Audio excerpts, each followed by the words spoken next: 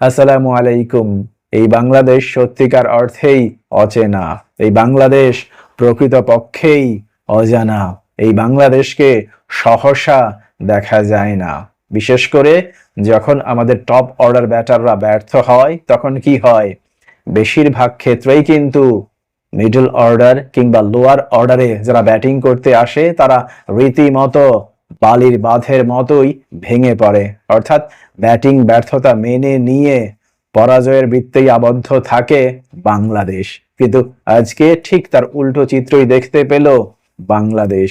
বিশেষ করে 183 রানের জয়ের লক্ষ্যে ব্যাটিং করতে নামার পর যে ধরনের একটা সূচনা দরকার ছিল, আমাদের দুই উদ্বোধনী ব্যাটসম্যান কিন্তু সেই ধরনের সূচনা আমাদেরকে এনে দিতে পারেননি।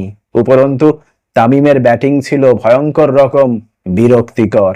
তার ব্যাটিং দেখে মনে হয়েছে আজকে হয়তোবা তিনি পুরোপুরি ব্যাটিংটাই ভুলে গিয়েছিলেন। যদিও বা পরবর্তীতে অধিনায়ক লিটন কুমার দাস চেষ্টা করেছিলেন আক্রমণাত্মক ক্রিকেট খেলে পুনরায় বাংলাদেশকে ট্র্যাকে নিয়ে আসতে, কিন্তু পরবর্তী সময়ে তিনিও কিন্তু আউট হয়ে যান, যে কারণে 3 উইকেট হারিয়ে বেশ বড় ধরনের শঙ্কা জেগেছিল আজকেও কি আমাদের ব্যাটিং অর্ডার সেই আগের মতোই বালির বাঁধের মতো ভেঙে পড়বে। কিন্তু ওই যে বললাম, আজকের বাংলাদেশ সত্যিকার অর্থেই অজানা, আজকের বাংলাদেশ সত্যিকার অর্থেই অচেনা, এবং সেই অচেনা বাংলাদেশ আজকে দুরন্ত দুর্বার ক্রিকেট খেললো। 3 উইকেট পড়ে যাওয়ার পরই ঠিকভাবে প্রবলভাবে ফিরে এলো কাউন্টার অ্যাটাকের মধ্য দিয়ে, এবং এই কাউন্টার অ্যাটাকে বাংলাদেশ দলকে পথ দেখালেন তাওহিদ হৃদয়।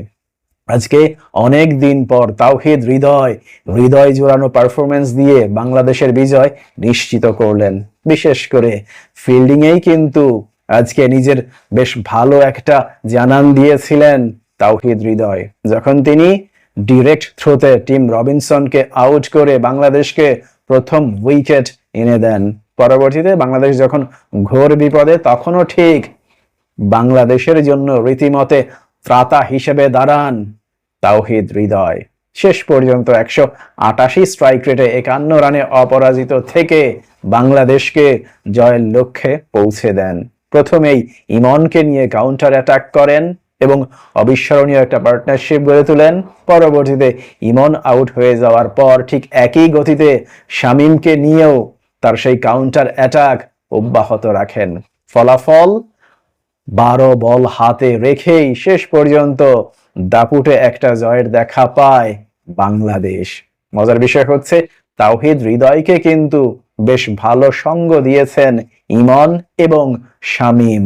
ইমন সব সময় তার প্রতিভা বিকশিত করার চেষ্টা করেন, আজকেও কিন্তু তার ব্যতিক্রম ছিল না। বিশেষ করে যে উদ্দেশ্যে তাকে মিডল অর্ডারে পাঠানো হয়েছে, সেই উদ্দেশ্যে আলহামদুলিল্লাহ আজকে পুরোপুরি সফল তিনি। পরবর্তীতে ইমন আউট হয়ে যাওয়ার পর যেভাবে ম্যাচটা ফিনিশ করার কথা ছিল, সেইভাবেই কিন্তু পারফেক্ট ওয়েতে ফিনিশ করলেন শামীম হোসেন পাটোয়ারি। বিশেষ করে যেভাবে তিনি 238 স্ট্রাইক রেটে শেষ পর্যন্ত 31 রানের একটা ক্যামিও ইনিংস খেলে অপরাজিত থাকলেন, তাতে করে কথা বলাই যায় আমরা কিন্তু এই ধরনের ব্যাটিংই দেখতে চাই শামীম হোসেনের কাছ থেকে। যে কারণে আমাদের প্রত্যাশা থাকবে আগামী দিনগুলোতেও আমাদের এই 3 তরুণ তুর্কি হৃদয়, ইমন এবং শামীম একই ধরনের ব্যাটিং আমাদের উপহার দেবেন। প্রিয় দর্শক, আজকে যেভাবে 3 উইকেট পড়ে যাওয়ার পর হৃদয়, ইমন এবং শামীমের কল্যাণে অবিস্মরণীয় এক বিজয়ের দেখা পেল বাংলাদেশ। বাংলাদেশের এই বিজয় নিয়ে আপনার কোনো মন্তব্য থাকলে অবশ্যই তা কমেন্ট বক্সে লিখে জানান। ভালো থাকবেন সবাই। আল্লাহ হাফেজ।